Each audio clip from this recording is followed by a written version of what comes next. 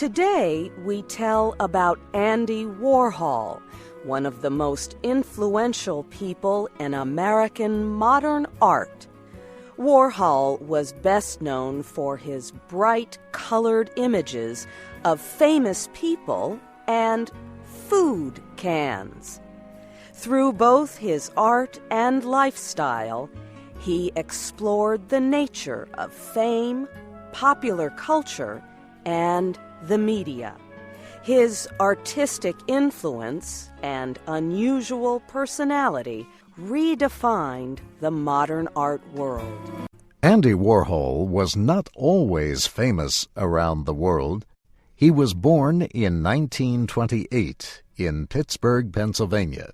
His parents were immigrants from Czechoslovakia. Their last name was Warhola, which Andy later shortened to Warhol. As a child, Andy spent a great deal of time sick in bed. While he was recovering, he would draw pictures. When his father died, he left enough money for Andy to attend art school. Andy Warhol attended the Carnegie Institute of Technology, where he studied pictorial design. Pictorial design is the art of creating images and drawings. Often these drawings are used in the production of advertisements and magazines. In 1949, Warhol moved to New York City to work as a commercial artist. He drew pictures for magazines and advertisements. He became very successful. During the 1950s, Warhol drew images for many important magazines, such as Vogue and Harper's Bazaar.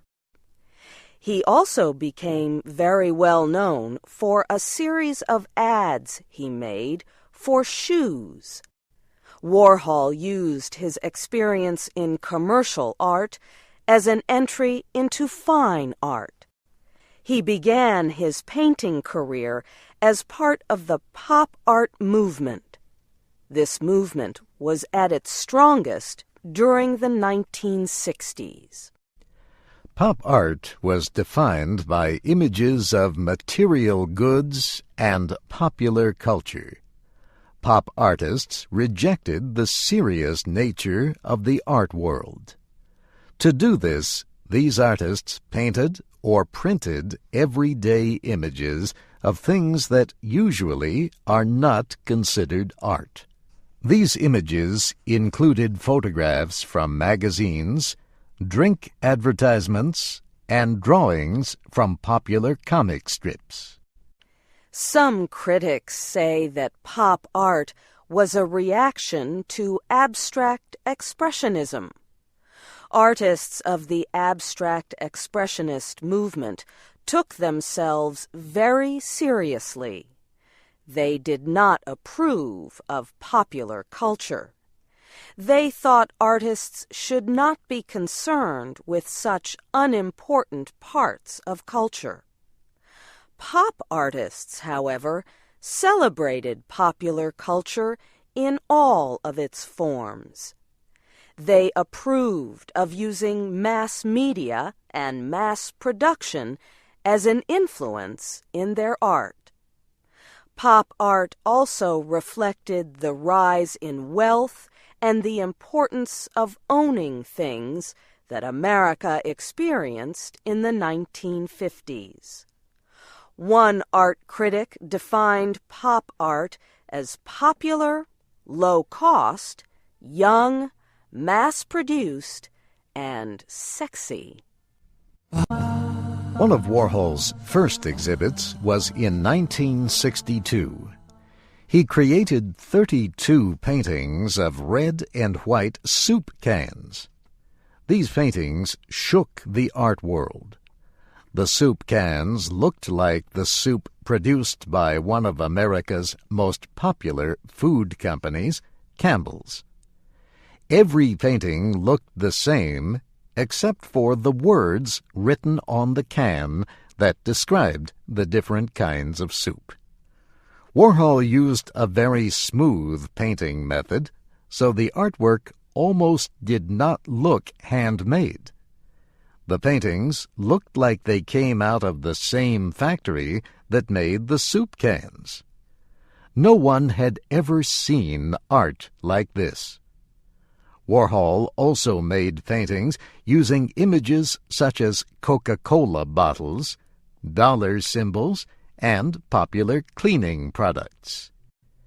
He took the most everyday objects and turned them into fine art. Warhol soon started making silkscreen prints. This method of reproduction permitted the artist to make many images very quickly. He would often repeat the same picture many times in one artwork. He liked the idea of mass-produced art. He once said that he thought everyone should think alike and be like a machine. In fact, the place where he created his art was called the factory. He had many assistants who helped him produce his art. Warhol explored many other subjects. For example, he made a series of paintings on death and disaster. These works showed images of car accidents and executions. He also made pictures of famous people such as the actress Marilyn Monroe and the singer Elvis Presley. Warhol was very interested in fame. He celebrated famous people, and they celebrated him.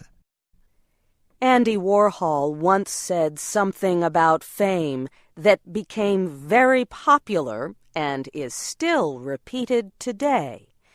He said that in the future, everybody will be famous for 15 minutes. Warhol certainly enjoyed being well known. He created a very unusual public personality. He would wear strange wigs on his head, made of white hair. He would go out every night to parties and other social gatherings where there were beautiful and important people. He would talk to reporters in a very shy manner. Often he would provide unclear answers to their questions. Here is a recording of Andy Warhol being asked about his art. It is from a 1991 documentary film about Warhol's life. Andy, do you think that pop art has sort of reached the point where it's becoming repetitious now? Yes. Do you think it should break away from being pop art? No. Are you just going to carry on? Yes. Andy Warhol was much more than just a painter. He was also a filmmaker, publisher, and manager of a rock band. For example, he produced several low-budget art films in the early 1960s. One was called Empire. It showed a filmed image of the Empire State Building in New York City. The film was 8 hours long. In the movie Sleep, Warhol recorded a friend sleeping. The film lasts 6 hours. When asked about the uneventful nature of these films, Warhol answered that he liked boring or uninteresting things. In the middle 1960s, Warhol also managed a rock band called the Velvet Underground. He helped produce one of their records and designed the cover of the album. Another of Warhol's projects was the creation of Interview magazine. This magazine covered many kinds of American popular culture. Andy Warhol was able to interview the kinds of people he liked best, famous people. A colorful drawing of a famous person was on the cover of every issue of the magazine. The image was drawn in the style of Warhol's paintings. In 1968, Andy Warhol was shot by a woman who had been in one of his films. Valerie Solanas was angry with Warhol for not making a movie based on a play she wrote. The bullet from the gun hit several of Warhol's organs and almost killed him. The media's reaction to this event made him even more famous. Even though he worked on many other projects, Andy Warhol always kept producing artwork. In the 1970s, he made millions of dollars painting people's portraits. Wealthy people all over the world paid a great deal of money to have him paint their picture. In the 1980s, Warhol worked with several younger artists. They included Jean-Michel Basquiat and Keith Haring. Warhol also wrote several books and created 2 cable television programs. Warhol's art would have surely continued in many new directions, but he died as a result of problems after a minor operation in 1987. He was 58 years old. At his death, Warhol's total estimated worth was more than $100 million. Most of this money helped create the Andy Warhol Foundation, which helps support the visual arts. In 1994, the Andy Warhol Museum opened in Pittsburgh, Pennsylvania. This museum is in a large industrial building. As you walk up the 7 floors of the museum, you can see more than 500 works of art by Warhol.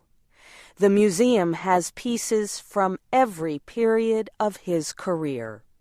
On the 4th floor, there is a permanent exhibit called Silver Clouds. This room is based on an art gallery show that Warhol designed in 1966. The room is filled with many silver-colored balloons that are square-shaped. The balloons contain helium and oxygen so that they float around with the air currents. Warhol's idea was to create a joyful and magical room in which the artwork moved around the visitors. Andy Warhol helped change the way the world defined modern art. His colorful pop art images and unusual personality made him one of the most famous and important people in American art and culture.